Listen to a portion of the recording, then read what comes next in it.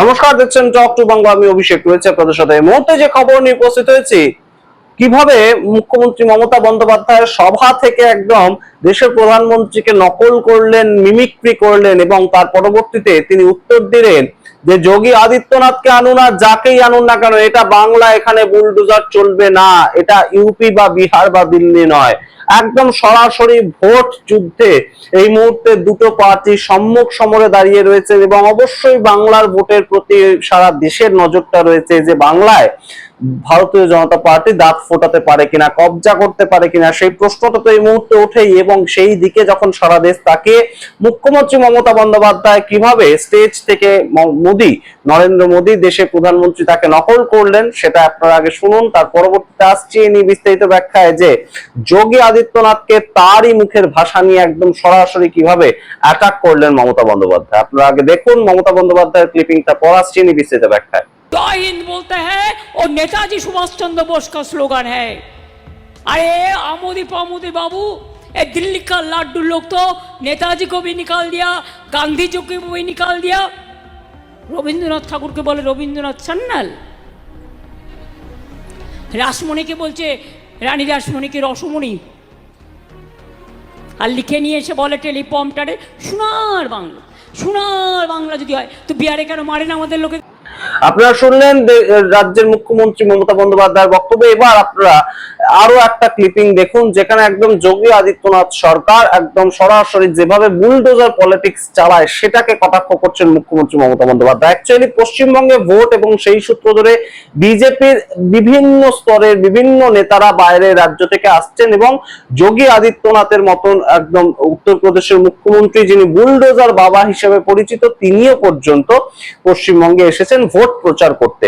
তো সেই ভোট প্রচার এই মুহূর্তে এই পর্যায়ে গিয়েছে, তিনি সরাসরি বুলডোজারের পলিটিক্স কিংবা কাঠমুল্লার মতন শব্দ অবশ্যই কিন্তু ব্যবহার করবেন এবং সেইখান থেকেই একদম সরাসরি মুখ্যমন্ত্রী মমতা বন্দ্যোপাধ্যায় তিনি একদম সরাসরি উত্তর দিয়ে দিয়েছেন যে এটা ইউপি বিহার বা দিল্লি নয়, এখানে কোনো মতেই বুলডোজার চলবে না, আমি চলতে দেব না। अगर आप अत्याचार करेंगे तो हमारा माँ बहन को पहले आपको जवाब देने पड़ेंगे।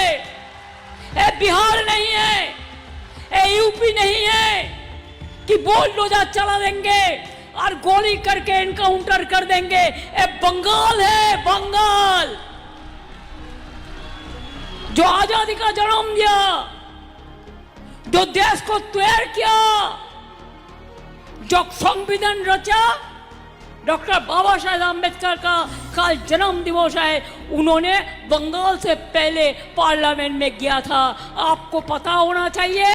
আপনারা শুনলেন মুখ্যমন্ত্রী মমতা বন্দ্যোপাধ্যায়ের কথা, কিন্তু এই সামগ্রিক প্রেক্ষাপটটা তৈরি হচ্ছে কেন? এই সামগ্রিক প্রেক্ষাপটটা তৈরি হচ্ছে তার কারণ এর আগেও আপনাদের ব্যাখ্যা করে বলেছি। 23 তারিখের যে প্রথম দফা নির্বাচন, যেখানে 152টা কেন্দ্রে ভোট রয়েছে, সেই নির্বাচনগুলোর ক্ষেত্রেই কিন্তু মূল এই ধরনের বিজেপির পলিটিক্সটা খুব বেশি করে কাজ করতে পারে। তার কারণটা কি? তার কারণটা হচ্ছে একটাই, যে যোগী আদিত্যনাথ সরকার এই মুহূর্তে ঠিক সেই সমস্ত জায়গাগুলোতে একদম টার্গেট করে উত্তরপ্রদেশে যেমন ভাবে পলিটিক্সটাকে সাজান, ঠিক সেই পলিটিক্স সাজানোর পদ্ধতিটাই পশ্চিমবঙ্গে এই মুহূর্তে চলছে। কি সেটা? পশ্চিমবঙ্গে এই যে প্রথম দফার যে নির্বাচন, সেখানে বিভিন্ন এরকম মালদা মুর্শিদাবাদের মতন জায়গা রয়েছে যেখানে সংখ্যালঘু অধ্যুষিত জায়গা, এবং সেই ক্ষেত্রে ভারতীয় জনতা পার্টির যে একটা ইনজেক্ট করার পদ্ধতি, সেটাই কিন্তু একটা তাদের সাম্প্রদায়িক পলিটিক্স। এবং সেই সাম্প্রদায়িক পলিটিক্সটা সম্পূর্ণভাবে ইনজেক্ট করতে পারলে যে সুবিধাটা হবে, সম্পূর্ণ কনসেন্ট্রেটেড হিন্দু যে ভোট ব্যাংকটা, সেটা কিন্তু অনেকটা এই ভারতীয় জনতা পার্টির দিকে ঘুরে যেতে পারে। অর্থাৎ তারা কমপ্লিটলি ছেড়ে রেখেছে মুসলিম ভোটটাকে, এবং মুসলিম ভোটটাকে যদি তাদের ছেড়ে রাখতে হয়, তাহলে সেই প্রশান্ত কিশোরের যে হিসেবের কথা আপনাদের ইতিমধ্যেই জানিয়েছি, সেই হিসেব অনুযায়ী প্রত্যেকটা কেন্দ্রে তাদের অন্তত 65% ওপরে ভোট পেতে হবে, হিন্দু ভোট সম্পূর্ণভাবে পেতে হবে প্রত্যেকটা কেন্দ্রে 65% উপরে। এবং সেটা করতে গেলে একটাই মাত্র উপায় রয়েছে, সেটা হচ্ছে দুটো যে সম্প্রদায়, দুটো যে ধর্ম, তাদের মধ্যে একটা বিভেদের রাজনীতির ছবি প্রদর্শন করা। এবং সেই ছবি প্রদর্শন করাটাই কিন্তু একমাত্র এই মুহূর্তে যোগী আদিত্যনাথ হোক কিংবা অন্যান্য রাজ্যের নেতারা যারাই আসছেন তারাই করার চেষ্টা করছেন। কারণ এই মুহূর্তে তৃণমূল কংগ্রেসের যে সাংগঠনিক সবলতা, সেই সাংগঠনিক সবলতার সঙ্গে কোনো মতেই ভারতীয় জনতা পার্টি পাল্লা দিয়ে পারবে না, তারা সেটা অবশ্যই জানে এবং রন্ধ্রে রন্ধ্রে তারা সেটা জানে। তো সেই জায়গায় তাদের হাতিয়ারটা কি? তাদের হাতিয়ার একমাত্র সাম্প্রদায়িক পলিটিক্স করা।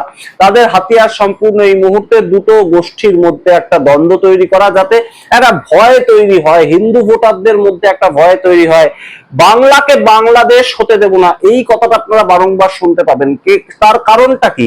তার কারণটা হচ্ছে সম্পূর্ণ হিন্দু ভোট ব্যাংক সেটা যাতে এই বাংলাদেশের কথাটা ভেবে ভোটটা দেয়। তৃণমূল কংগ্রেসকে বা সিপিআইএম কে যে সমস্ত ভোটার ভোট দেবে ভাবছিল, তারা যাতে সম্পূর্ণ ধর্মের ভিত্তিতে ভোটটা দেয়, সেটাই কিন্তু এই মুহূর্তে বিজেপির মূল টার্গেট।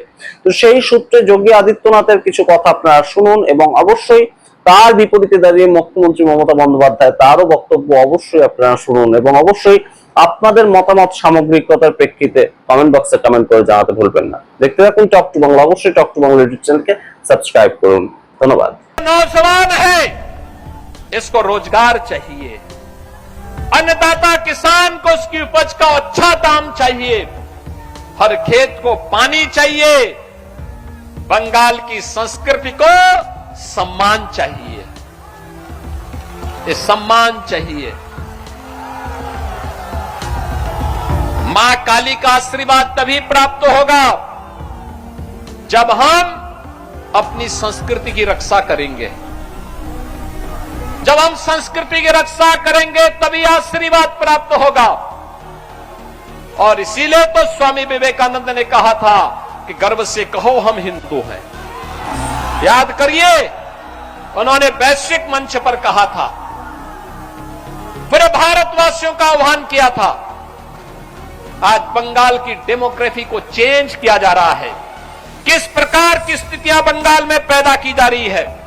मालदा, मुर्शिदाबाद, दिनाजपुर, नादिया, बीरभूम, हावड़ा जैसे कई ऐसे जनपद हैं जहां हिंदू शून्य करने का षड्यंत्र हो रहा है।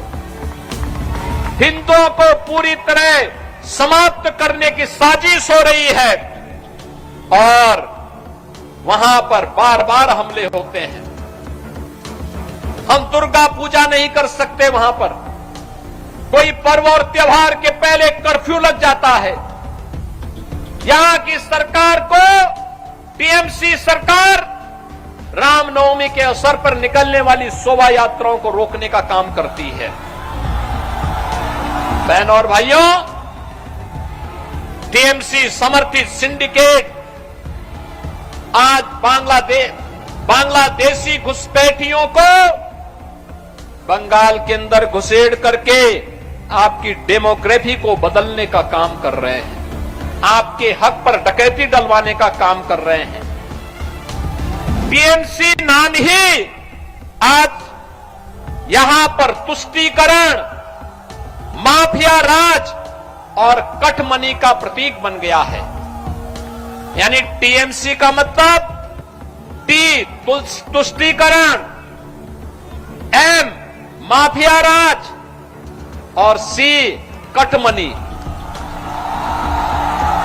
याद रखना, हमें ऐसी सरकार नहीं चाहिए जो तुष्टीकरण करे, हमें तो संतुष्टिकरण वाली सरकार चाहिए। और वो मोदी जी का मंत्र है सबका साथ और सबका विकास।